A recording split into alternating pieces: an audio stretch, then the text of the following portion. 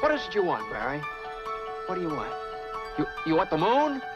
Just say the word and I'll throw a lasso around it and pull it down. Ladies and gentlemen, boys and girls,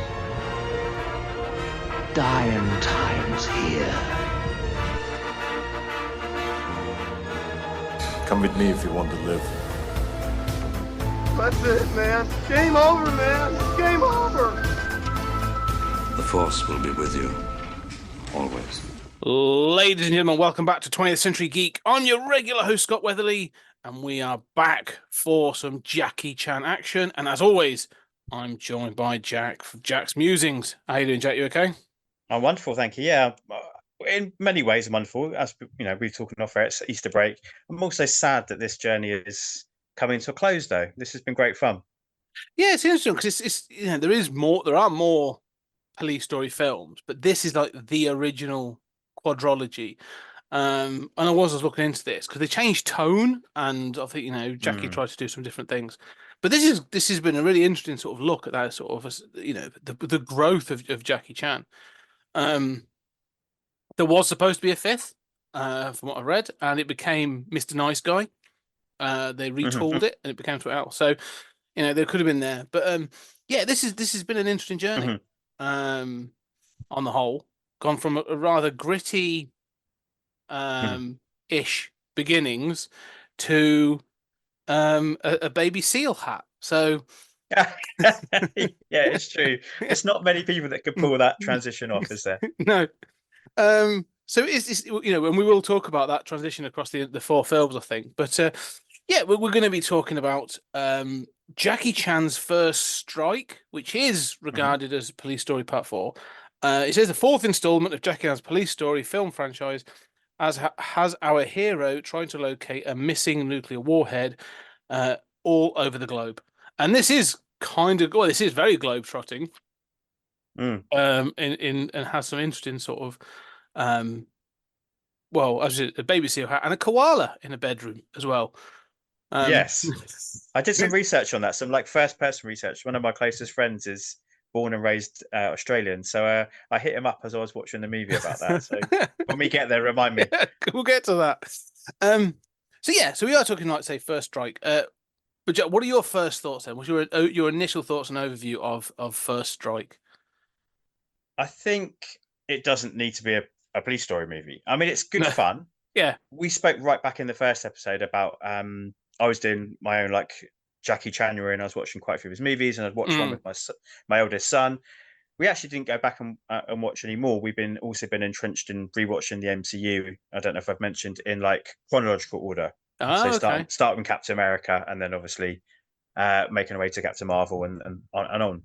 So we got distracted by that. But this is one I think I'm going to suggest because I think he would really get a lot out of this movie. Yeah, he's 11 going on to just about to 10, 12. So I think he will really get a lot out of this. And also it might be a nice lead into some James Bond because we haven't done any of the James Bonds yet. Because I feel like he probably would watch them but wouldn't appreciate them yet.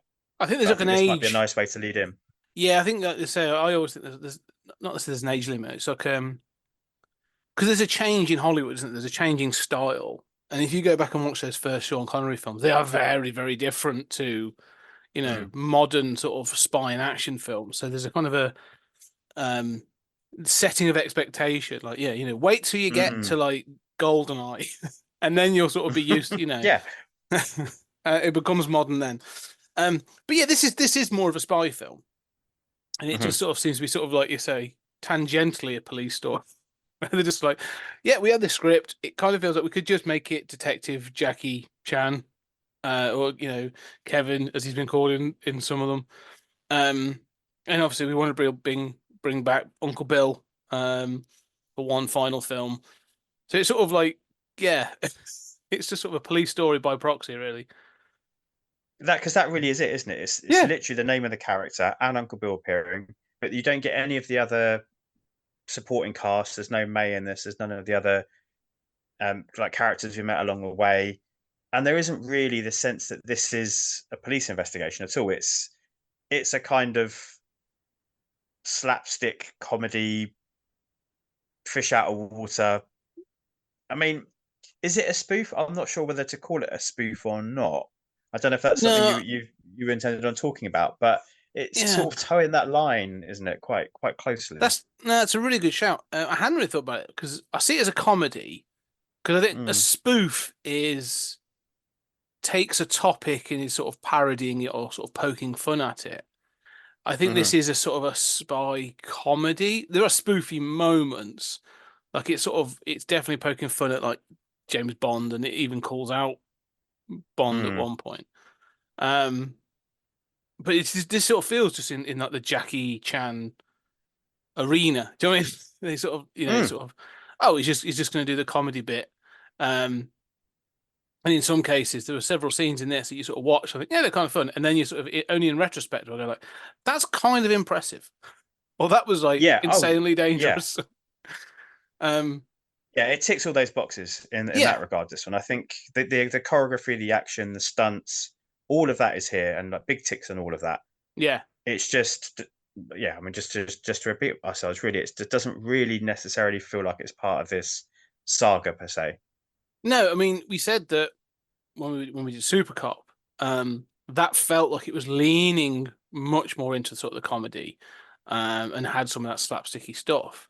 But it was sort of like weirdly sort of added in. We sort of said it was shoehorned in. It sort of felt like they sort of kept that tone of some of the previous ones for big parts of it. I mean, it had like drug use on screen and those other stuff, and then it'd have Mm, like someone being hit in the nuts or sort of like receiving a tray to the face or something. This is sort of done with all of that. This is done with all the sort of the comedy, and so with all the sort of grittiness, is mm, straight into a much more sort of comedic and lighter toned adventure film. definitely. Yeah, and you're right. I think this is definitely more appealing to kids. I mean, it's kind of inventive as well in some Mm. really interesting ways. I want to get to because when we get to the final fight, I want to sort of I'm undecided whether it's sort of a hit or a miss. I can't decide whether I like it or it annoys me. I know I'm what you mean. I yeah, think if there's, we've probably both got one thing in mind. If this other film and this other version of the final sequence didn't exist, I think this would watch differently. But having yes, seen that other sequence, which and we'll get to. that being an intentional spoof, it really affects the watching of this, I think. Yes, I think you're right, and we'll get to that because I think that is part of it. Mm, But let's talk about this because it starts obviously with again, much like these films do, they throw you into the action. mm. And Jackie has been tailing and sort of watching this woman for several days and is just sort of handing in his report to the CIA. So again, he is working with an outside agency. And they're like, it's really sort of like, well done. It's at the end of another film. So well done, you can go. And it just so happens that she and somebody else get taken by which is a Russian or Ukrainian strike force. Mm. I think she's Ukrainian, isn't she? But it's a Yes, Russian that's it. baddie. Yeah, and so like, yeah, she gets taken, and Jackie just happens to see it whilst he's at a stand buying some chintz, and so follows it, and that's it. That's literally, and then it's just sort of go and goes from there. And then so it goes into this sort of. I don't know. Actually, this opening scene, so all this bit with this, then it sort of follow. There's a following. There's no chase particularly. It's just a Mm. follow, and then it's Jackie sort of like observing for a large portion. The first 15 up to sort of 20 minutes of this film, up until he gets into the ski lodge, I was kind of like, oh, there's no set pieces. There's no Mm. great action. It almost feels like I've missed something No, in I agree. this. Yeah, like as same as you, I'm sure most people. I make notes and then you decide to refer to them as we're Mm, talking. There really is very little from this point up until the ski lodge. I agree with you. Like I've got nothing other than when they first said he was going to the Ukraine, I misheard it and thought they said that he's going to the UK. yeah, yeah, And then he I was, got and then they're that. like, "Oh, and you don't speak the language." And I was like, "What?" They're literally. I've watched a dub version on this occasion. That you're literally talking in English right now. I English, don't get yeah. it. So, but no, you're right. It's a shame though, because that was the opportunity to harken back to that earlier gritty kind of. This could have been in Tinker Tailor Soldier Spy, or this could have been in one of those kind of low key spy movies. There was a chance for them to do something here to make this a standout sequence, much like in the second one when we had the whole team Mm. following the guy, and we said that was a standout moment of that movie. But I think here, just as you said, very little happens. It doesn't feel particularly compelling. No, or even set the tone. Like, we said, Mm, that's, you're saying, harkening back to the gritty. Like, tell everyone, set the expectation. Oh, we're going to be a bit sillier in this one. So we're going to have a sort of a mini chase scene, or we're going to have something like, he runs up the side of that hill. And mm. because there are jokes, there's a bit where he's trying to talk. He's talking very slowly to um, to the driver. And he's sort of going, and the guy goes, okay, sort of like Yeah, clearly yeah, yeah.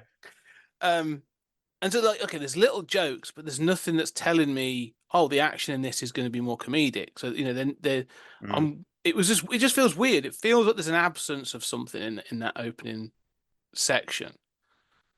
Even to the point of that joke, like that was a joke without a punchline. Like that bit was okay. And I Yeah, get it, like, oh, I get it. That classic foreigner, I'll talk a bit louder, or I'll talk a bit slower.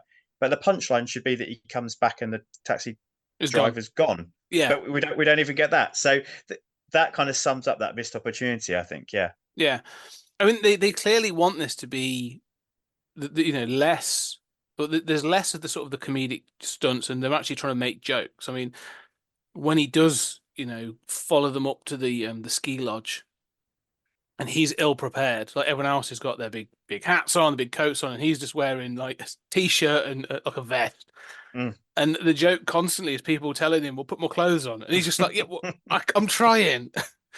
um, so there are there's like running gags in certain points that sort of kind of work, but I'm still going like, all right, well, yeah, but I haven't seen anything like, almost like Laurel and Hardy level of like just swapping Mm. hats or doing something sort of like quick-handed that we've seen, that Jackie does.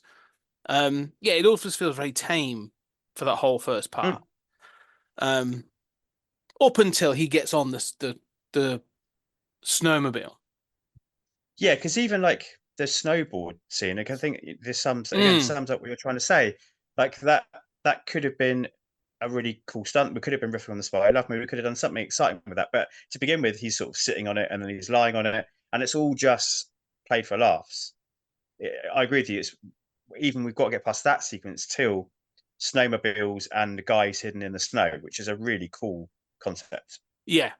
Well, the ski the ski. I'm trying to remember the order of it, because there are some really, yeah. Because he then obviously there's further sort of skiing and other bits and pieces that Mm. come after.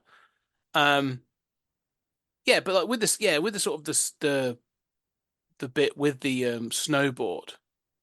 Even then, like, yeah, because it goes off to a cabin, then, doesn't it? Like, it's almost like there's too many Mhm. locations. It's sort of like, we're going to go to this castle, and then we're going to go from the Mm. castle thing to this ski lodge, and then from the ski lodge we're going to go to this cabin. And you're like, yeah, okay, we need to Because he condense hides in the this back of down. the car, doesn't he? Yeah, Mm. and you want to be. If I was at the editor or something, I'd be going, you need to condense this down. Like this, why have we got three Mm. locations in the first 20 minutes? Well, and also Hong Kong. You've also got, it starts in Hong Kong, so you've got like Yeah. four sort of key locations in the first 20 minutes, and it's quite, I'm not gonna say hard to follow, but like it feels redundant because it's not like Mm. the action's not playing out to take you to those locations. It's just sort of a, but as you said, it's not like Tinker Tailor Soldier Spy where it's playing on tension or suspense either. So yeah, it sort of feels Yeah. redundant. It does. Like the castle section is completely pointless. It's just to get him into the car in order to get to the next location. So what that could have been done from the airport. I don't know. Like you're right. There's different ways to do it. And again, comparison isn't always the best way Mm, to consider something. But think of how much we were celebrating that opening to Police Story with yeah, the favelas and the bus, and we were like, oh my god, we're so grabbed by this at the start. This does struggle to find what it wants to be until the kind of the shootout at the ski lodge, isn't it? Yes, and that's when it kicks off. Like that's when it Mm. clearly sort of takes us. And even that, like again, he's at this point he's got the seal hat on, the baby seal Hmm. hat, which is cool and kind of cute. And Yeah. there is a great gag when he sort of pops his head up and it's the seal we just see, and it looks around like so. There are some good gags, and when I say Mm. good, like they're not. I'm not roaring with laughter, but I'm sort of like I'm smiling and going, oh yeah, I'm getting the tone of this film. Mm. Yeah, but it's the shootout. Once that shootout starts, and then like you said, the people pop out of the snow. It Mm. sort of kicks into gear, then, doesn't it? Like, It does. um, It should just start there, really. I think Bond movies they start in the middle of a mission, don't they? yeah. It's like I know this kind of does as well, but because what it's starting with is a bit boring, so we should just start. Why don't we just start with him at the ski lodge, with him Well, there, yeah, yeah. Well, this is the and then bit we you. can get a bit of backstory, can't we? A bit of exposition of like, oh, well, Jackie tailed the Ukrainian target to here. Okay, great, thanks. Now let's go. Yeah, no, I agree. It's that's you're right. That's how a sort of a Bond film would start. Like you put the pre-credits, or you'd have something.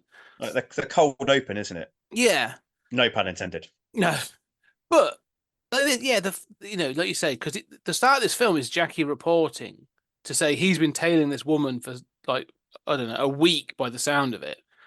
And then he seems to get involved. When you're right, he could be on this mission. Like this whole thing could be, this whole opening could be the start. This could be the start of the film, and it's just Jackie's been sent on this mission as a sort of a, I don't know, as a sort of a joint thing between um the Hong Kong or Chinese sort of authorities and the CIA or whatever. Like there's ways to do Mm. it. Yeah, it just feels kind of there's a lot going on for very little progression of story. There is, and this isn't a Jackie Chan directed movie, is it? And I No, think Stanley Tong, this is. Yeah. yeah, I do think it suffers a little bit. I don't think it's as polished. I don't think it's shorter, weirdly, but Mm. it doesn't do as much in its runtime as the previous police stories have managed to do. So I guess maybe he needed to step back. I'm sure there's lots of reasons why that was going on, but and I'm not disparaging Stanley Tong at all. I couldn't list any of his films off the top of my head now, but I'm sure if you did, I go, oh yeah, I've seen that and that's good. I know I've seen that and it's good, but I don't feel this is as well crafted a movie as the others either. Yeah. Well, this feels a bit more like a Saturday morning cartoon. That was my sort Mm, of, there was a Jackie Chan Adventures. Like mm. this feels like a cartoon in that kind of vein. Um, and that that's what then the close. This is closer to like the Jackie Chan Adventures than it is to Police Story 1. Hmm. Hmm. Um, However, there are still stunts in this Oh, that because once this does get going, this whole section like the shooting and everything else, and then like he gets, and I'm still not sure I watched the end credits, but the bit where he gets hit in the back of the head by a snowmobile, yeah, yeah. that cannot have been intentional because that looks really, really painful. It does, and you're right because they don't show that, do they, in the outtakes? And it's a really interesting comparison point to the car, which I know is right at the end of the film, so I won't talk about it now until we get there. But yeah, this feels, as you said, threatening and dangerous Mm. as a counterpoint to what doesn't quite a bit later. Yeah, because this is where the skiing, because this is where like you get that, and you get this, the snowmobile. Then it turns to like the downhill Mm, ski slope because he's got the suitcase nuke, whatever it is now, hmm. and you see people I mean, you see the skiers falling over, Yeah, yeah, yeah. and people tumbling left, right, and center, and Jackie's going on the bodyboard and stuff. And that's impressive in itself. It's quite you watch it and you go, oh, yeah, yeah, but you got to realize it's quite impressive in itself. But it Mm, leads to the helicopter stunt, mhm. and he's still only wearing this t-shirt and vest. And this is where I watched this bit, and I was like, yeah. And then it sort of struck me. I was just like, no, this must have been horrific to do. Yeah. So he jumps off and he grabs hold of the helicopter struts, which is kind of cool. I always love. I just want to interject this. Having watched these kind of films, Bond films and other action films, I kind of like am disappointed that I've never actually come across or ridden a snowmobile I thought there'd be Sure. more. I thought there'd be more about in life. I'm like, Yeah. they just seem to be everywhere in the winter, but I've never ridden one or seen one. I'm kind of disappointed. Um, but he jumps out, gets the strut of the helicopter, and it sort of hovers over the. He drops the nuke and it hovers over the water, Yeah, it's like a frozen, partly frozen lake, isn't a it? partly frozen lake, and then he falls in it. Well, they explode the helicopter, don't they? So he has to let go and drop Yeah, off. Yeah. yeah, but still, like, yeah. I mean, the This is where I'm like, because when you do watch the end credits and you see these bits, there is him sort of holding onto that strut and just sort of blowing into his hands, and that's when I was like, yeah, that must have been like so cold. Um, and he jumps in. There's a fight scene slightly underwater, um, and he's breaking through the ice, and the ice breaks under him at one point when he's trying to Mm. get out. All this is this working for you though? This sort of, because we've escalated. We've now got our first bit of action. Is this pulling you in? Are you feeling more, aligned to where we have been before, or is it still sort of like a bit of a, yeah, No, I think I agree with you. I'm still a bit about the story and about what's going to happen because I don't understand where this mm, is going to go next. But I am totally like about yeah, Jackie Chan as a human being. yeah, Like, because I can't. Do you know what I mean? Like, if somebody runs the tap in the house when you're in the shower and it goes cold, you're like, oh my God, that's the worst yeah, feeling ever. yeah, But of course it's not. But compared to what Jackie put himself through there, it looks genuinely, well, it's life threatening being in water that cold, isn't it? It really is. And mm, as you say, you can see he's trying to climb out, and who knows whether it was planned or not. I'm assuming not. You're right. It's like because he's at that melted edge because the helicopter's fallen down, hasn't it? yeah. So that's also hot. Um, yeah, and it's falling away from him. So I'm in this scene for the moment, but I'm not sold yet on what's going on in the arc of the story. I don't think. Yeah, I think I'm the same. I think I'm with you on that. Like I'm starting to buy the action. I'm like, oh, cool. Mm. We're going to get some interesting stuff. But I'm still a bit like, I don't know, I'm not entirely sure where this, is this going of any interest? But he And gets spoiler alert, rescued. I'm not sure that ever really changes. No, I was going to say, well, the MacGuffin in this. The other thing is, yeah, weirdly the MacGuffin changes, which is what Mm. I was going to get to. But Jackie passes out, but he's rescued. He wakes up in hospital, and you know, um, It's the FSB, isn't it? Like yeah, the that's good. That's what I was just remember. It's not, I was about to say the KGB. It's not the KGB mm. because even says, doesn't he, like with a former KGB, with the FSB. So the Russians start sort of laying it onto him. Then this becomes a little. This is where like I liked your idea of Tinker Tailor Soldier Spy. This idea you could be playing this of even Jackie saying like, well, who, like, Mm. which side should I be playing for now? Like, you could play it up and be like, well, the Americans are actually the baddies, and we're trying to keep this out of the hands of, um, you know, potential the CIA. We're going to sell it off, much like they did with, Mm. drugs in during Vietnam. Like, this was a false thing. Like, you could play that, but it never quite goes there. Mm. It does hint at it, doesn't it? A It, couple of times actually, yeah, here and then later on as well when he has the conversation with Alan, I think it is. yes, So yeah. it does sort of give you the bare bones of that, or like the skeleton of that. But yeah, it doesn't do enough probably. No, well, it feels like it could be there. Mm. Where they could have that like Jackie on the run could be like, I don't know who to turn to because I don't know who to trust. But it also isn't that interested in going that far. Hmm. Um, and so yeah, you do sort of get little glimpses and go, oh, that would have been interesting. That would have been interesting. Yeah, which Police Story 1 probably would have done, right? We Yeah, saw like the end of Police Story when he's losing his mind and he's fighting the guy and he's going crazy. Like they were probably a bit braver back then with that kind of idea. This is trying to sell to international markets, isn't it? So I guess they have to hint at soften people it being maybe a bad little. guys, yeah, soften, Yeah. but not go full bad guy because we've got a lot of markets to sell to. Yes. Yeah.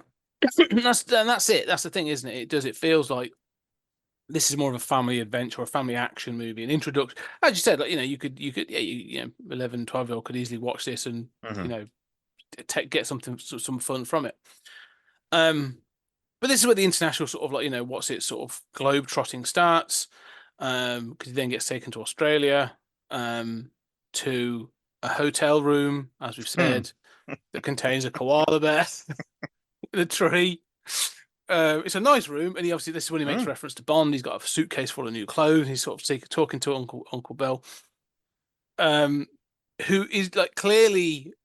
This was Bill Tong's final film. Bill Tong's final film. So from what I understand, he may have been a little ill when they were doing this, and so that maybe that's why there's a lot of him sitting behind desks answering the phone. Because he is still a fun presence in this. Like he's still, I like him. But yes, let's get to the koala bear. You spoke to your Australian friend. Let's talk about just koala bears in a bedroom. Well, I just wondered, like, is this a cultural thing? Like, historically, would they have done this? And his answer was categorically no, because they probably claw your face off during the night. Yeah, like people see them as these cuddly things, but they're claws. And he said, like, actually, they could be pretty vicious if they feel threatened. So, yeah, and they carry chlamydia. Sure. So yeah, absolutely. You don't know. You come back from Australia with chlamydia. You don't know who to blame if there's a koala bear in the room. Could have been anybody.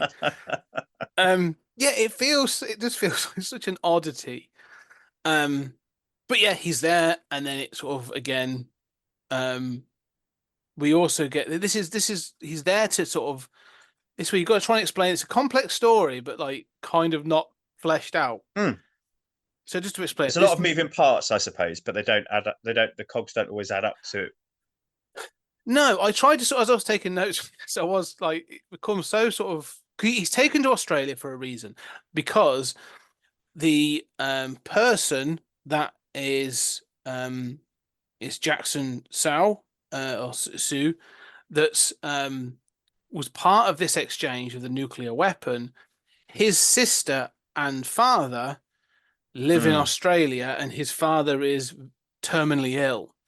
So they have gone to Australia to basically keep an eye on him, thinking that when his father dies, it will flush out the guy that they're trying to chase down. So it's kind of like overly complicated. You go, okay, cool. That's why they've gone to Australia. I'm sure it was because they got tax breaks or something else, but sure, that's why they've gone to Australia.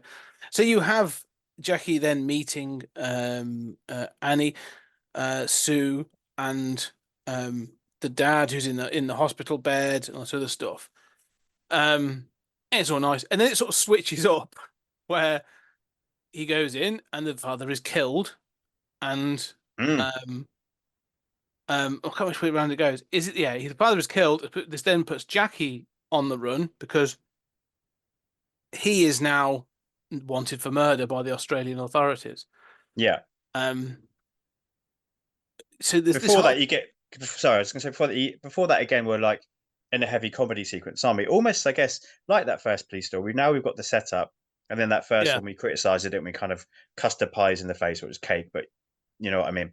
And we had that whole sequence there, and here we get it, don't we? Like he tells Annie that he's a brother, which I think culturally means he's like one of his best friends or something. I assumed.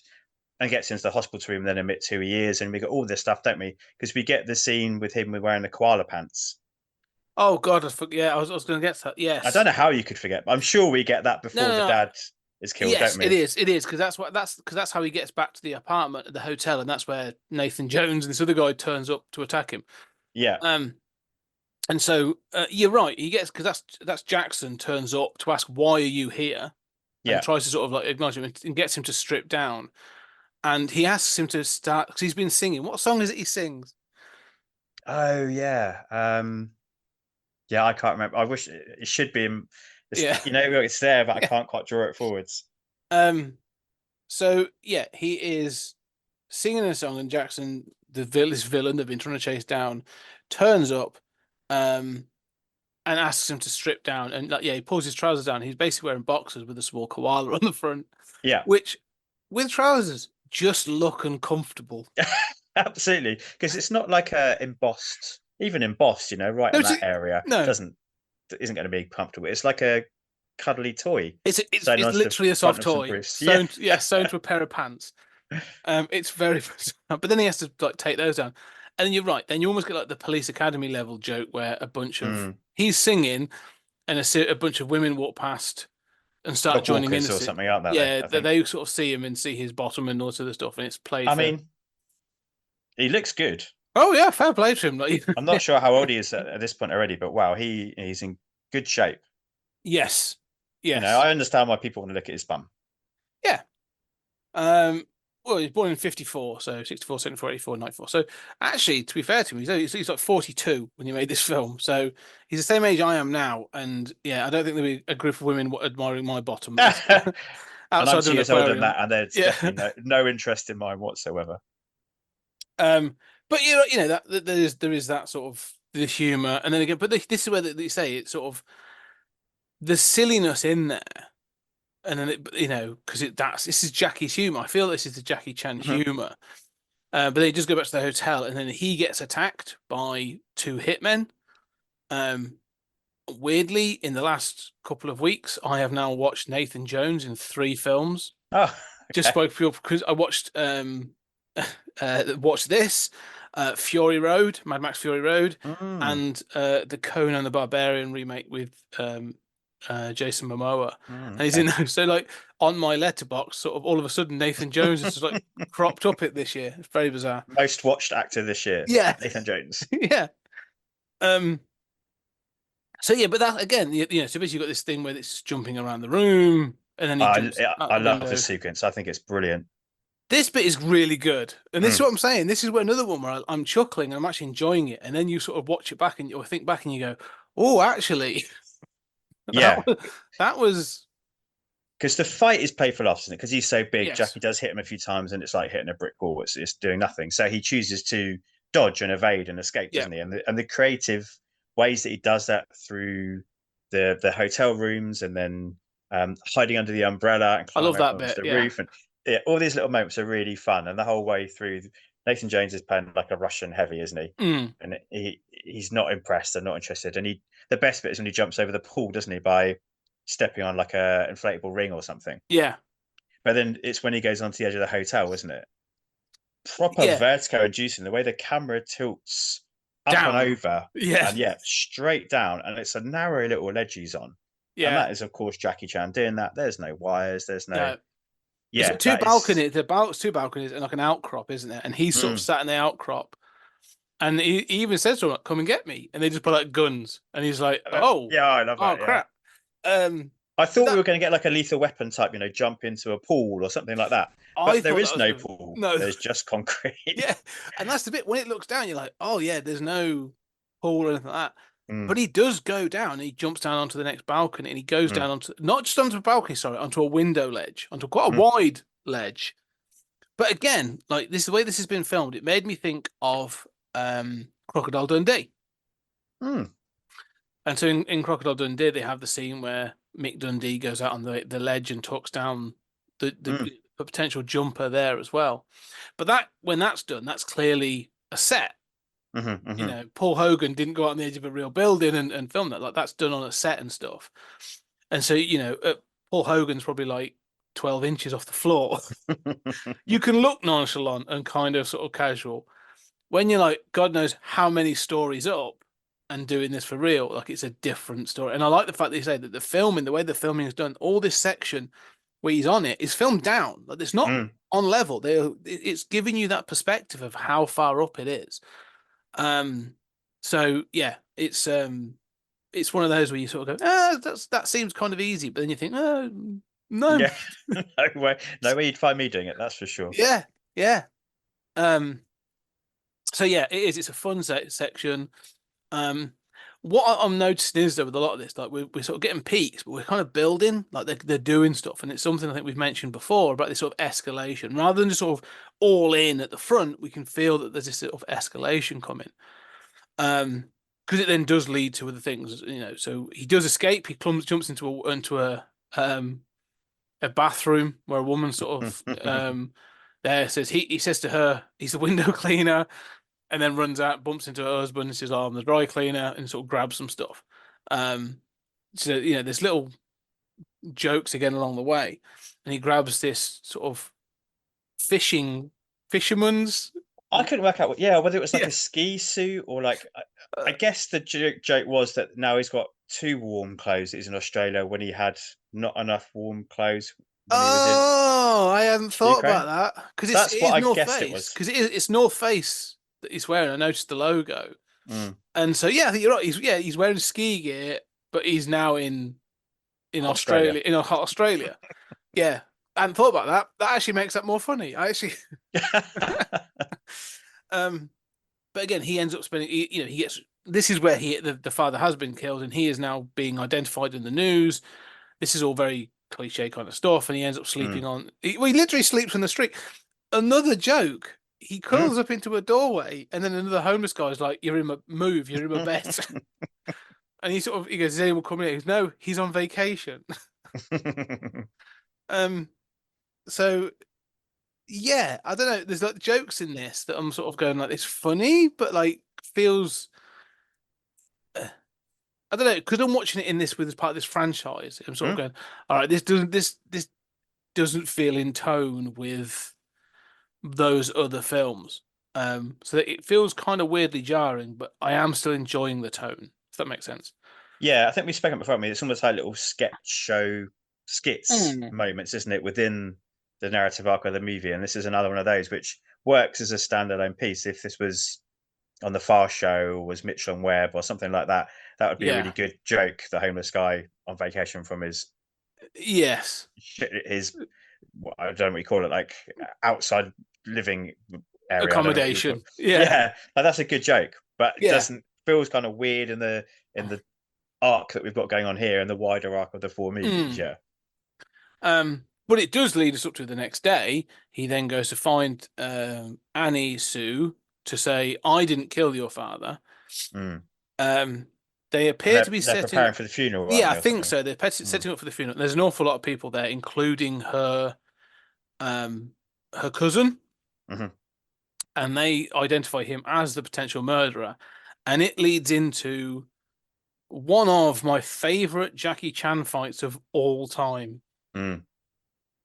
Um, and yeah, this is where it's sort of like you go, oh, this is what I've been waiting for. Sticks and ladders, like Mm. literally, is yeah. What are your thoughts on this fight? Yeah, I think this is up there with the end of Police Story 1, with the end of Police Story 2. Obviously, stunts wise, there isn't the danger as such as of the end of Police Story 3, but the fighting choreography set piece. And I don't know if I read it wrong as I was watching it, but my understanding of the scene was not only is it obviously beautifully choreographed and Mm. wonderfully, I don't know what you call it, wonderfully performed, I suppose, by Jackie and the stunt team crew. But I thought the character of Jackie at this point was trying not to really hurt anybody Yes. because of the circumstance. He was just kind of defending himself. And if he had to, he'd knock them away or ultimately you're hitting some of the ladders. Some of them are going to get knocked out. But my understanding was there was even that extra element now where like, I'm really trying not to hurt you guys. I'm trying to prove something here. So that really added something to it as well. Yeah, I agree. That's a really good point because it is. All of his stuff is defensive. Like he's never Mm. on the offensive. It's just a bunch of guys with sticks. Um, but One of those like dragon head, I don't know what you call it, like the yes, things you get in like fates and yeah. yeah. But you're right. The choreography in this Oh.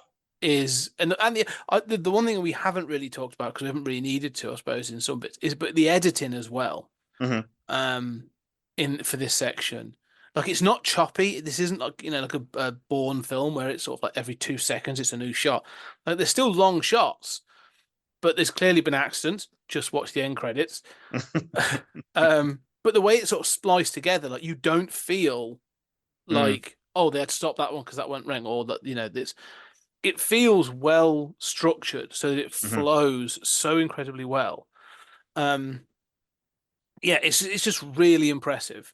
Um, and it's sort It's of the it's go on. so I was just gonna say just to back up, it's the two things he does best, isn't it? It's action as storytelling, Mhm. not just for the sake of action. And we've seen that come back in a big way, I think, now. I think the best movies now do action storytelling. They understand, thanks to people like Chad Zaleski and David Leitch and McHugh in the Mission Impossible movies. They need to keep telling the story. They need to do something with the story. And I think they've all got that from Jackie Chan. Yeah. And it's also geography, as you said, like not just editing. I completely agree, but it's understanding the space they're in and if they move there, what that does to affect. And we've spoken about that, I think, every episode and every Mhm. police story is that again, it's something that he really understands that as a viewer, you need to understand the space they're in and how everyone fits into that. Yeah, no, that's a really good point because it works like from a size perspective as well. I think that you feel that jeopardy again. Talking back to the hotel one, I think that's a very good point. You know, one of the things obviously that Stanley Tongan. I mean, you know, you say Jackie might be taking a step back. I don't know because they feel like there must be discussion going. If you film from this angle, we're going to get this and we can do that. So, you know, there's coordination with the stunt team, but to get that storytelling, as you say. But you're right, that geography, that idea of location and the size of it, comparing this, which is a small, excuse me, balcony area at one point where it's all going on, compared to a shopping mall in First Police Story. Yet, you're right, they are treated in a similar way.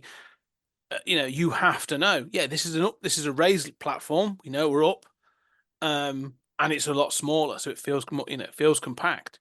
So yeah, you're right. And it works well to be sort of part of that storytelling.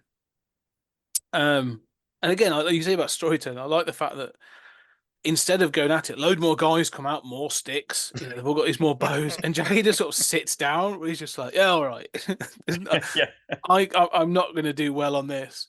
But luckily gets saved by Jackson Sue, who turns up and is like, he didn't kill our father. He's been framed. And, you know, that sort of takes us into the next part of the story. Sort of like, It does. okay. Just before we move on, I just want to mention, I think this has two of my favorite, and it's one of my favorite things about Jackie Chan anyway. When he does like that ow and he shakes his hands, he does like a ooh, that hurts moments. This has a couple of beauties in it, and they're the kind of almost like silent comedy moments that he does so perfectly. I think he gets his hand caught on the ladder at one I was point. gonna say he does it. He shuts the ladder and goes, "Oof, yeah, yeah," and it just has some. There's a manner that he has when he does that. It just looks funny, obviously on purpose. I'm not laughing at him. I'm laughing with him. It looks funny, and just there's something really good about the way he uses his body in those moments. Because he often does it when somebody has hit him hard, yeah." and he's had to block it. So if they and he just like oh my arm, or Well, he sells it so perfectly. Selling it's a really good point because I think the two things I take from this, and you know, from this, let's say from this fight in particular, where it's not about it's, you know, the spectacle is in how well the fight is choreographed and how well it's performed, rather than Jackie Chan falling 80 feet from a you know, a clock tower. One of the things we've sort of highlighted it before, but this more than ever is where I think, you know, I get that connection with Charlie Chaplin, Buster Keaton, you know, those silent era physical comedians that he emulates. You know, he clearly sort of emulates, and you know, that's where you could make that connection. You say to, you know, even to like John Wick and to those other films later on, where a similar sort of thing is used for violence, but there's that physicality that you could almost turn the volume off. You know, I listened to the dub version as you did, so you turn this off solo and you can just watch that, and you can you know, you can follow those things, and that's a real sort of level of expertise and a sort of, you know, something to be applauded. And that will happen again. There's this one other area where I'm like that. I feel that. But yeah, this goes into my next. So like I say, we progress the storytelling. We now sort of have confirmation that the Russians are the bad guys, and that this is all been a setup to get the bomb and da da da. And so they are going to use Annie and Jackson Sue's father's funeral as a lure to bring out the Russian mob, because that's who it is. The FSB are actually working as the head of the Russian mob, and I really love this as well. There's two bits in this that work for me, just work really well. He comes out, they have it's all a bit of a setup. You see these bits and pieces. It's a big procession. You've got the dragons going, and you've got these guys on stilts, and the news are all covering it because this guy was a big sort of philanthropist and businessman and all this other stuff. And then when this guy from the FSB gets caught in the middle of it, and he's confronting Jackson Sue, and Jackie just says "up," and all the umbrellas go up. And it's just again. I'm like, there's this little bits. I'm like, okay, this is kind of cool. This is you know, well thought out. And then you go for we get into a chase scene, like a pretty solid chase scene. Again, as you say about geography, like this goes all over the place. This chase scene. Mm. This is probably the first big spectacle in the film where I'm like, yeah, I'm loving this. This is like, I've enjoyed the fight. I love the fight, but this feels akin to like Rush Hour or Lethal Weapon, or you know, you're going to get sort of a car chase. You're going to get like rushing through it, like fights through a shopping center. Quite a funny joke where he lifts her up, puts her on the lift, and then the elevator goes up. Because So yeah, he again, stays on the stilts for quite a while as well, doesn't he? Like yeah, he's doing some of the Jackie Chan stuff on his stilts, which is pretty impressive as well. Yeah, I really like this scene. I think you've got guys on rooftops, you've got rockets going off, you've got guns firing everywhere, and then you're right. Then we go into a mall, funnily enough, actually, and we get a jeep crashing through there, kind of Blues Brothers style, and yeah. all of it all makes sense. I know where everybody is, I know what's going on. I spent March watching a lot of Michael Mann movies, so I've continued my like movie themed Mm, months, and I did March All Man, um, and to an extent, this kind of had that when he does, the shootout and Heat, and even like Black Hat, which is not very good compared to his filmography. It's a fine as a movie, but the scene at the end when that's in a procession, he has this sense of like we know verisimilitude, everything feels very real with his, but if things feel dangerous because the amount of bodies that are there, it feels real, it feels compact. And because of this procession, this big funeral, this feels the same. Like you're scared for all these bystanders that are there. You're scared for those people that are in the mall as the car comes crashing mm. through. It just has this real sense of realism to it, which sounds kind of funny to say compared to all the other stuff we've been talking about. I think it's because it's practical. Mm-hmm, mm-hmm, You get that sense of even when it's like a bit slapstick, you still get that sense of sort of physical danger. mm, Um, Julie and I were well, last night actually very recently talking about Mad Max Fury Road mm-hmm. and discussing exactly the same thing. Like the color saturation and the craziness that's going on. That you've got like um the guitarist on the back of a truck and all this other crazy that's going on. However, when you see things crawling and falling off the big wagons and the big vehicles, you're like, oh no, that's happened. This feels like it's there's a physical danger to that, Mm, and this feels the same because it feels mm-hmm. practical. Like oh yeah, Jackie Chan's on stilts, and when he loses the stilts, he's still doing that stuff, and Annie Sue is she's on that elevator, it goes up. Mm, It's all coordinated.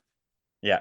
It feels legit, as in, you could have been on the streets and watched this being filmed. Mm, This is not in a studio somewhere. And I think you're right, that contributes to that sort of tactile sense of danger that even in a comedy you sort of need. Because if it never feels like anyone's in danger, then what's it matter? that might be important later. Yeah. Yeah. So, so it plays that well. I'm enjoying it, and again, I'm all on board for this. Again, you've still got the physical humor. The fact is that when he takes his stilts off, he's still got the incredibly long trouser, Yeah. and she's standing on them. And trips him up. Yeah, it's Yeah. brilliant.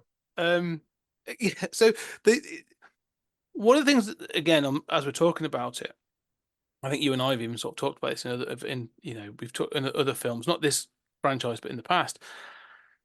And I definitely talk about with others, films where a dramatic moment or an action scene is undercut by a joke, Mm-hmm.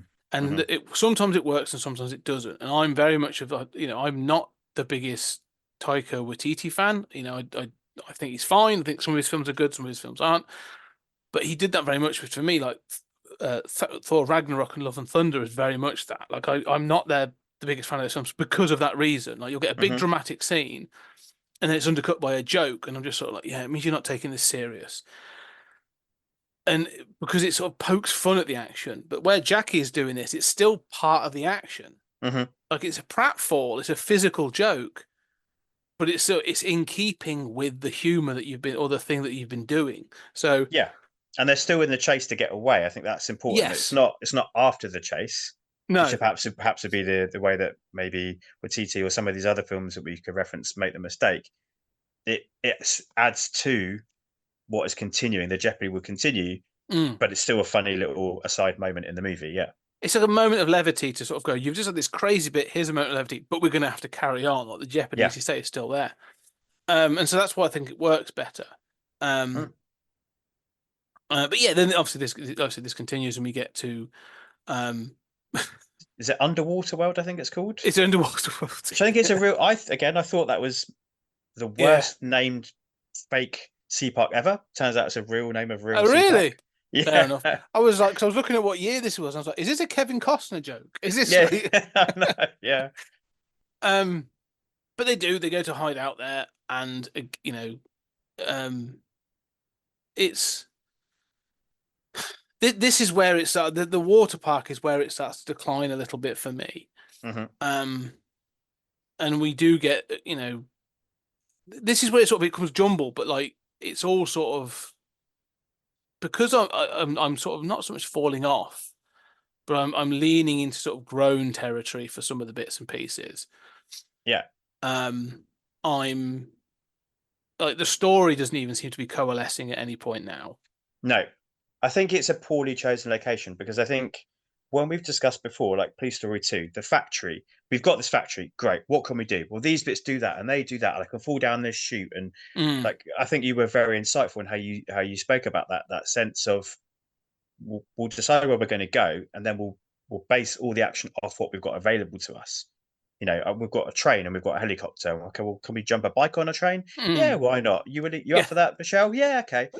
So here, though, it's like we've got this underwater park. What can we do here? Well, we can have a joke with poisonous sea urchins, and we can dive down into attack. But yeah, I think just almost I don't, anywhere else is almost what I would say. Like, I just think this is the concept is flawed, and it just takes them down roads that mean there's no way to recover, really.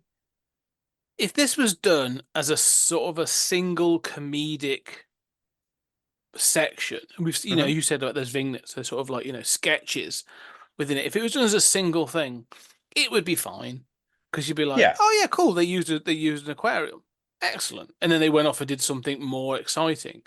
There is one bit that really works later, actually, which you could have done. That bit work. That bit is good.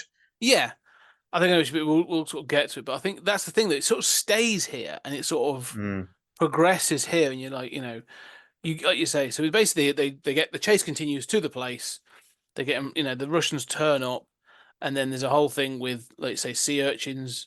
Because she's got a canister, hasn't she? That her brother has sent her. Yeah, the weapon is not. They've got the weapon, but it's not usable without this canister, so they've got to put it back together. So you end up, again, like the MacGuffin's changed now. Like, this is the third MacGuffin in the film. You started with the suitcase Snook, then it was Jackie clearing his name, which he hasn't done with the authorities yet, as far as I'm aware. No, true. just with the family, and now it's this canister, to activate the nuke. So it's always like, I don't know. I always think about this. In the Mission Impossible 3, J.J. Abrams one did, and it was just called the Rabbit Foot, and you never knew what it was in the film. It was like, and I kind of like that film where it's like it's irrelevant. Yeah, it is. Yeah. So even to the start of the movie, which is the end of the movie, when they're talking about like get me the rabbit's foot, at that point Ethan Hunt still doesn't even know himself. Yeah, he can't answer that question because he doesn't know what it is. No, and that sort of, at least they're honest about this thing of what the MacGuffin is. Like, it can be anything. But I think by having multiple, it breaks this film up in a weird way. But yeah, they have the things like the urchin joke where they fall into the things, and it's fine. It was done. I don't know if you know this. This joke was done again by the Baywatch action comedy film with Zac Efron and The Rock. I've not seen it. It's kind of worth seeing. It's kind of fun, but like, it's not great. Don't expect too much. But yeah, and then let's just get to it. They go in the water. Yes, they go in the big. It's Chekhov's shark, right? Yes, that's just what I'm trying to get to. Yes. Yeah. They go into the water, and there's a big fight scene, but there's a shark in there. Because earlier Annie had said, if you don't move, the shark won't bother you. I'm not sure that how it works, I'm but not, yeah, I'm not, I'm not going to test that theory out. But that's in this movie. That's how it works. It's like a T-Rex. yes, If you yes. stand still, if you float still, which is impossible, the shark won't bother you. Yeah, The Jurassic Park laws are adhered to. yeah. Fair enough. Yeah. It's weird, this scene, this whole fight scene, this whole fight sequence underwater. You know, they're swapping air, they're using sort of the, you know, all that fine just so they can stay underwater. I'm glad they thought about that so it doesn't look like someone's holding their breath for 30 minutes. Mm. All good, fine with that. But it's the punching and kicking Yeah. that really starts to bother me. It just goes on forever as well. Yeah, and again, like there's a couple of times I think like Jackie doing like a somersault and a double kick. I think that's right towards the end with the final guy and the like that they kind of work. But you're right, like it's like Speed to Speed 2. It's Yeah. you've put them somewhere that's inherently slow, Yeah. so it's silly. And as we alluded to right at the start, like Top Secret has already been out Yeah. and been gone in the 80s. That's 80s. Yeah, yeah. So they must have known that. And again, you know, that is a spy spoof movie. So they must have known that had come, and they're kind of riffing on that. What kind of possibly, but I don't think that was their touch point. No. But they must have known that existed. Yes, but they're clearly You're going for thinking the Bond. Thunderball, yeah. Yeah, yeah. Thunderball is clearly the touch point because they even use like the spear gun and the sharks are in it. But the other factor in this is, let's say, yeah, not only is the kicking and punching slow and stuff, they've got one shark that's in the tank with them, which is fine. Again, they've got a real shark. That's good. But the problem by having a real shark in there is that when you introduce the fake shark, it looks like you've gone on the Universal Studios Jaws ride, and it looks crap. And you're just sort of like, yeah, all right, you know, someone should have rethought this through a little bit. You've seen it earlier, haven't you? It like bursts out the tank, literally, as you said. Like I've not been on that experience, but I've seen the footage, like when it bursts out the water. Yeah, and then they use that same shark, don't they? It's coming out of like a shipwreck, the back of a shipwreck, because one guy goes in there, doesn't he? And he gets eaten, and then there's a big burp. Yeah, and it sort of spits out his air tank and stuff. Yeah, and then it bursts out later, doesn't it? And it's super fake looking. It doesn't look good. Do you know what? It's like those things kids get where you press, like a litter picker, you press the trigger and the thing at the top goes snaps. Like, yeah, exactly like that. The only part in this whole sequence that sort of, again, made me smile, knowing that there's a real shark in there, is when a guy pulls out a knife and the best he can do is cut Jackie's thumb. And then so he cuts the other guy's thumb back, and they keep putting their thumbs in their mouth. That was a bit where I was like, yeah, that's clever. That's where I'm like, oh, that's thought through. That's funny. Everything else is kind of lame, to be honest. And then we get to like the big, like you said, there's a big moment at the end of this where I don't understand. Like, try and explain this to me. So we see that there's people watching, as you do when you go to an aquarium. It's a big glass tank. You can look into it and you can see that there are people doing, underwatery bits. They're there to watch the fish. And everyone's like, it's a show. Isn't this amazing? And all of a sudden, like, the FSB guys, the Russian guys turn up and shoot out the glass. And then run away. And then run away. I couldn't get that either. No, I wasn't sure what was going on there. Because it's and then he starts shooting out other parts. So like there's jets of water coming out the side, which. So that's the bit I thought worked. It looks cool, and Jackie trying to get through those. I was totally sold that it was actually really quite hard work to try and get past those. Oh, that looks kind of painful when it's blasting at him. Yeah. Yeah, it's like this at the start of Gladiators. This obviously it's on my mind because we've been watching on BBC recently. The very first obstacle they've got to do is jump over and then under like those rolly. Like, do you know what I mean? You got like the. Oh yes. It's almost like that. Like one of the water jets is high and one's low. So you've got to like dive over and plunder and it's trying to find like the path through in order to. And at some points, it's hitting him full in the chest, isn't it? And pushing him back. And it looks like it's got force. Yeah. It looks like it's got force. And at that point, they've got the canister, haven't they? So he uses that as a way to block his escape. So that bit I like. I'm totally sold on. It's the 15-ish minutes before that, before. unfortunately. Yeah, that Yeah. is. But this is where again, like if they'd have made that a much, much shorter sequence and then added in an Yeah, end and a better big ending, like, I'd be much more yeah. satisfied with this. In the tank, shark eats somebody. The guy shoots the tank out to get the canister, does the water jets, but then we get another 10-minute sequence outside doing something exciting. That would have Yeah, been much, much better. and they could have still had the same final stunt, Yeah, but but they could have led up to it bit more. Uh, because they get away. It goes because obviously it's an aquarium, so it's near a harbour. hmm So they get onto a boat. They've got the canister and they've got Annie.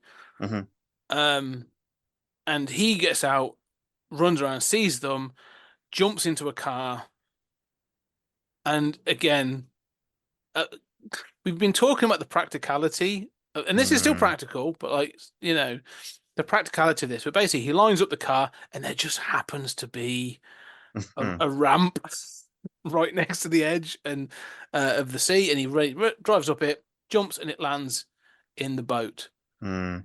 and doesn't kill anyone. No, this is the bit that doesn't really work for me. I agree with you. The shot underneath as the car goes over the ramp, over the harbour, is Yeah, practical and yeah, looks yeah, yeah. cool.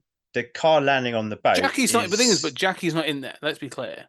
Yeah, no, he's not in there, and it's also clearly on wires, and it's very slowly being lowered down onto this boat. So that was the one I was talking about, like in comparison to the snowmobile, which looks dangerous and hits him, and this one doesn't feel. It feels like a Does stunt. it does? Yeah. And do you know what? Too Fast, Too Furious does this better, Yeah, yeah. I and agree that with that. there's not many things I would say. I don't get me wrong, I like those movies for what they are, and I'm talking about them as part of Back to Filmography because of Mm, the state, of course. But there's not many things I would say the Fast and Furious movies do better than Jackie Chan can do. yeah, Let's yeah. put it that way. They do this stunt exactly the same, better. Yes, I no, Unfortunately. I'd accept that. I agree with that. Yeah, this is just a weird. Mm. One of the things you said earlier on is they're trying to sell this to multiple overseas territories, different markets. This feels like a concession Mm-hmm. to that kind of thing of like, okay, we're gonna have a big car stunt because car stunts are cool, instead of Jackie doing some crazy stunt of him, I don't know, Mm. jumping off a helicopter onto the boat or something, or there are many things they could have done. So yeah, I don't know. It just feels it's not unimpressive. It's In another film, it would have been fine. mm, If this mm, was like a police academy film, or yeah, even some sort of like minor Bruce Willis film or something of the mid-90s, I'd be like, yeah, cool. There's a yeah. car lands on a boat. Fine. Striking distance, yeah. Yeah, strike it exactly. That was exactly what I Mm. was thinking of. It's But yeah, anticlimactic, isn't it? If you trace yeah, backwards through, trains and helicopters and bikes in three, fireworks factory explosion in two, and the mall hole slide in one. It just feels. I mean, look, just even talking about it, I'm amazed they thought this was the way to go. yeah. If it's weird, like Jackie Chan, I don't know what he thinks of this film, but um, it just feels neutered at this Mm, point. mm, We've had all this stuff, and I'm just like, this has lost its edge and not even a sort of like I want broken bones and ridiculous stunts. Yeah, everything that we applaud the ladder fight for hmm is kind of missing by the end of the film. Yeah, agreed. And that's, as I say, as you said, a disappointment. It sort of feels underwhelming, and um, you sort of go, "Oh, okay." But Jackie's performance in this whole film is still really good. If Yeah, anything, and I think there's lots of highlights. Yeah, I agree. mm, if anything, I think Jackie's performance is probably is one of the strongest of the franchise, because he Mm. clearly feels more comfortable doing this stuff now, and he's confident, and it's all fluid. But like, yeah, I don't know, just the end of this feels just To think this is deflating. the end, yeah. To think this is the end of the police story saga, as such, in inverted commas, for these four Kevin Mm. Jackie movies. Yeah, it doesn't feel like it's ending on a high, does it? No, no, and it's kind of disappointing for that, really. Mm. Especially because I think maybe this is the reason. The other irony of it all is you say selling this to the other territories. This is the one that didn't get released in the States. Yeah, which is mad, isn't it? Yeah, Because but it it was feels such a like big this is success as well, wasn't it? yeah.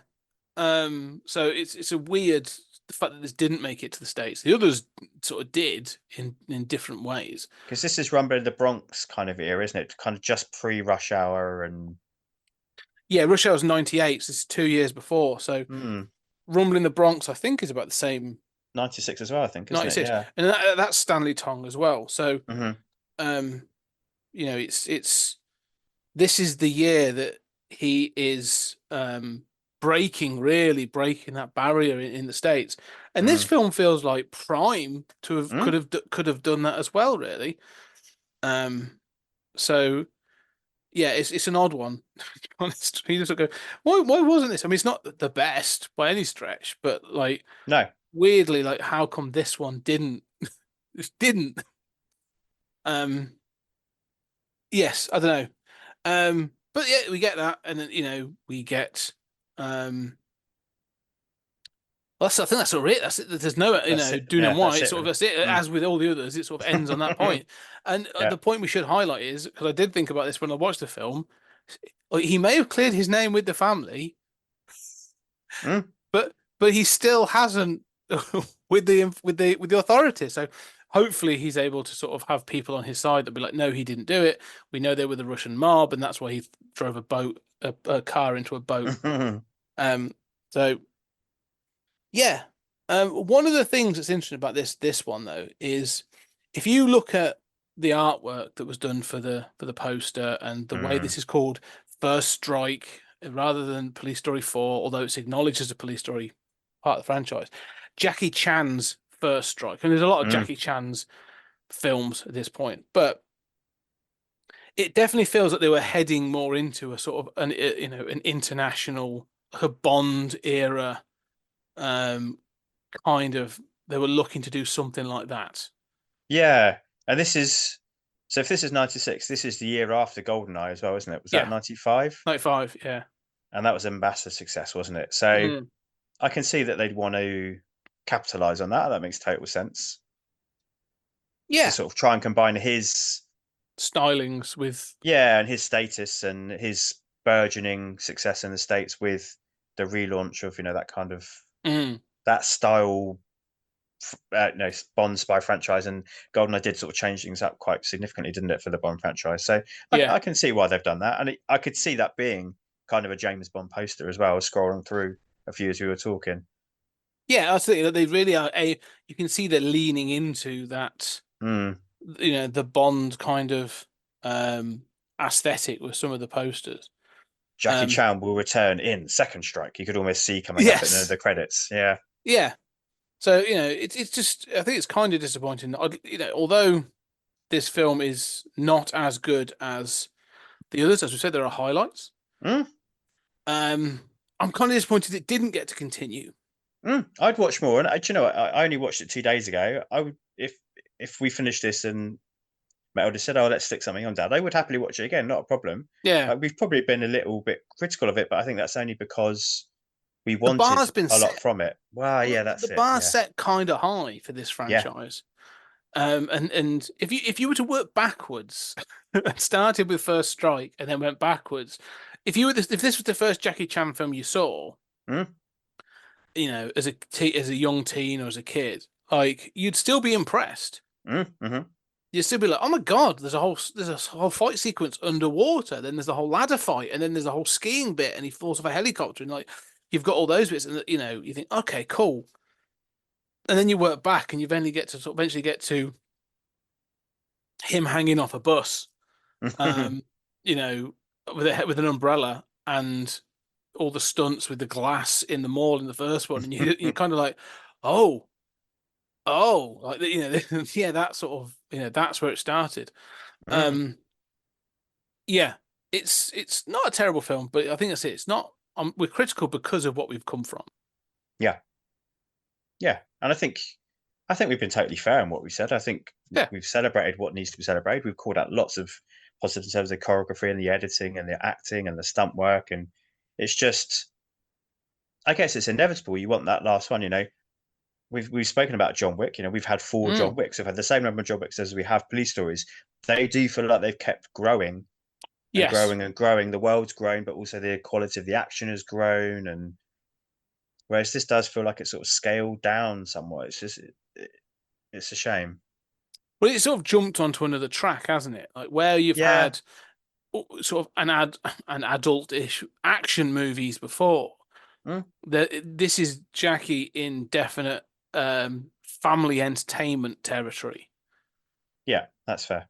Yeah, that's right. I think that's sort of where this lands, which he does well. I've seen some of his later stuff. Tuxedo, and Spy Next Door. Spy And Next Door, and a couple of those where he sort of, I've watched those. They're kind of fun. So he does that well.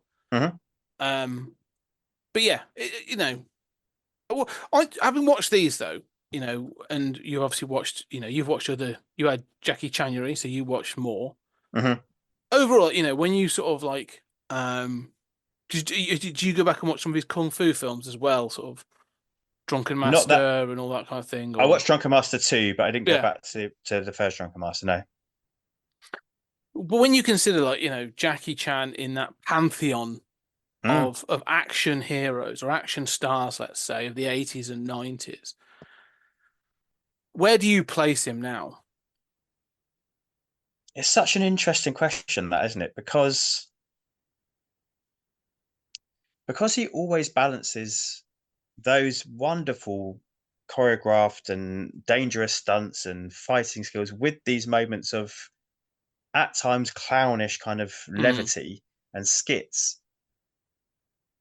It doesn't reduce his status, I don't think, but I just think of him in a different way. My brain doesn't quite put him into that same place. Whereas, like Arnie and Stallone, and then Bruce Lee would fit in that place. But Jackie Chan just doesn't quite fit there because of the nature and the tone and the style of his filmmaking. I mean, I think it's undeniable, and I think I've said it and you said it across all of these episodes that he revolutionized, he changed, he mm. continued to for many more years.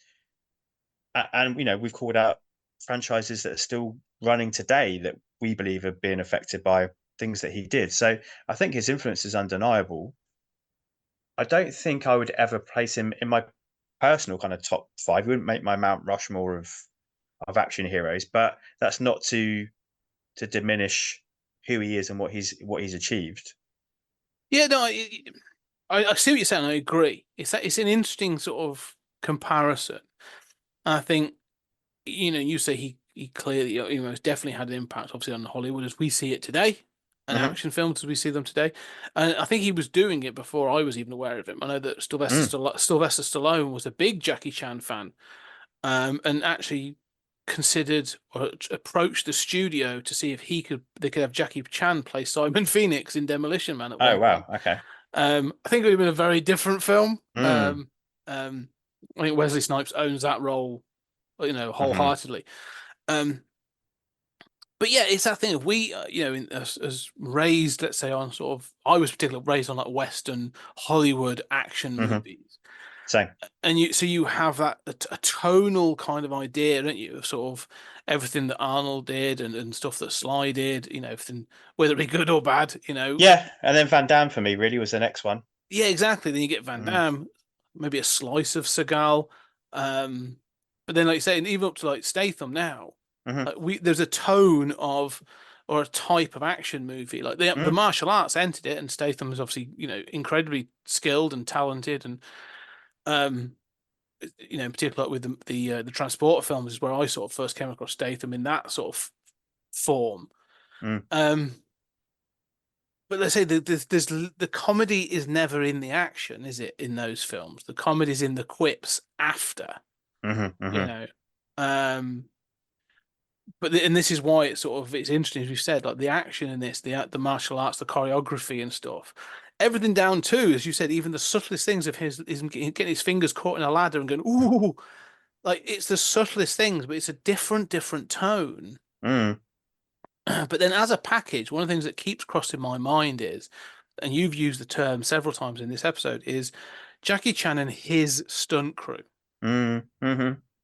And it's the fact that like he's creating this. He directed the first two. It's his stunt crew. He's a bit like what's the is it Little Britain where they had a joke with Dennis Waterman where he was sort of like, I'll write the theme tune, sing the theme tune. Jackie Chan's like the full package. Like he's like, Yeah. I'll write it, I'll direct it, I'll choreograph it with my stunt crew. I'll sing the theme tune in one Mm. case. Um, Good yeah, callback in this one as well. You're a bad yes, singer. yes, that's a really good point. Yeah. Um, so it does. He's sort of like a almost like an anomaly in all that. He's like an industry by himself, isn't he? Yeah. Yeah, but because I think we know him. I was introduced to him more specifically. I think I'd seen Rumble in the Bronx Mm-hmm. when Mm-hmm. I was a teen, um, on video. Um, but really it was, and that was just before Rush Hour came out. Mm-hmm. So I think a friend of mine's older brother was like, "I've heard this film's coming out. You should probably watch this first." So he showed us Rumble in the Bronx, and then we got Rush Hour. So I know Jackie Chan. My entrance to Jackie Chan was through a Western Mm. action film. And it's only really in sort of as I've got older, I've gone back and watched others of his films. So it's yeah, I don't know. He has this interesting place Mm. in that sort of I don't know. I think do you think he gets lauded enough by audiences today? Probably. I mean, probably not. But then we're talking Western, aren't we? I mean, I don't Mm, know how he's considered back in Hong Kong. I don't know how he's considered within that industry. I'm sure there. I literally saw a clip the other day. Actually, funny enough, came across my timeline of Quentin Tarantino introducing him at the 1995 MTV Movie Awards and getting a Lifetime Achievement Award, which feels crazy now to think that was nearly 30 years ago. lifetime achievement. He's like, oh, whatever. I'll be back in 30 years. Give me another one. He even said it in his speech. He was like to be getting this now, I feel like Yeah, I've still got a long way to go. And we just talked yeah, about the fact he was probably only sort of 40-ish then. yeah, So, um, yeah, I think his legacy is secured forever, isn't it? There's no yeah. doubt. And I think I've got the same. It's fascinating hearing you say that. I think my lead into Jackie Chan is probably virtually identical to yours. I think maybe I'd seen Police Story or part of a movie before, but I definitely seen Rumble in the Bronx. And then yeah, you're right, Rush Hour. But I Mm, had seen all of Bruce Lee's. I'd seen most of John Woo's by that point already. So I don't know why he had passed me by. I don't know why it wasn't somebody. I think I had the same thing. I had somebody saying like, oh, let's watch The Killer because I've heard from my older brother this is amazing. So then I was, yes, it is. So I'm going to watch Better Tomorrow yeah, too. yeah. So I spiraled out in my own journey. I don't know why I didn't have anybody doing that for Jackie Chan. I think there's an interesting point. We'll start to wrap up on this in a minute because I think you're right. I think one of the things is though we grew up, as growing into teenagers through the 90s. Mm, It's like the VHS years. mm, Um, it was really that growth of home entertainment and stuff. Everything was on VHS. Well, that's what I thought. But the gaps of things that were released on VHS in the late 80s and 90s is huge. Um, One of the things that you talk about, like you said about the Bruce Lee, because of his legacy and because of his tragic death and stuff, he left quite a compact mm, legacy of films. And so his films were sort of like, yeah, we can do them in a box set, even as videos that were released in a box set. So they were available to be released. And Golden Harvest and those sort of like there's and Toho, like Godzilla was never really. You couldn't get mm, Godzilla for love and money on VHS over here. So there's a lot of sort of Asian cinema that just was not released unless it was guaranteed to be mm, bankable. And you're right, I just don't think Jackie Chan had made enough of a splash until later on to have that guarantee where distributors were like, of course I'm going to release all these sort of late 70s, early 80s kung fu films. mm, Um, and so yeah, I just don't know. I just think, like you said, that we were just unable to see mm. these. That's interesting. Because I think Rumble in the Bronx. I remember, like the I say my friend's older brother when he had it, like that was one of the few Jackie Chan films that was Mm, released over here, and that's because it was quite a big American success. So yeah, I don't know. It's a weird one. You know, It is, because probably even Jet Li by this point is making more of, yeah, Lethal Weapon 4 is coming out not long mm, after this, isn't it? That's late 98. 90s. Yeah. So, and I think I was aware of him from, I don't know, something Mm, um, from his early filmography. So it's interesting that, yeah, there was something about Jackie Chan that they didn't think we wanted. And I think we've discussed it. I think back in the first piece story, a lot of his films were period yes, settings to begin with. Maybe that was a bit of a problem. I'm not sure. Yeah, it's an interesting one because the next big wave I can think of is J horror yeah. around the turn of the millennium, and that was massive, wasn't it? And of course, so then they were all available, Well, and I it think was I something think like, yeah, no, well, so go on. well, one of the things that changed as well that starts changing is the introduction of DVD. Yeah, well, that's exactly what I was about to say. Love Film, I think, filled a Mm, lot of my gaps when that started as a service. It was like, oh, I've never seen that, I've never seen that, and it was a way for me to watch them all. Yeah. yeah, and I think that's when it started to change because Mm, DVD, it could be produced, it could hold more information. The picture quality was better, all that kind of stuff.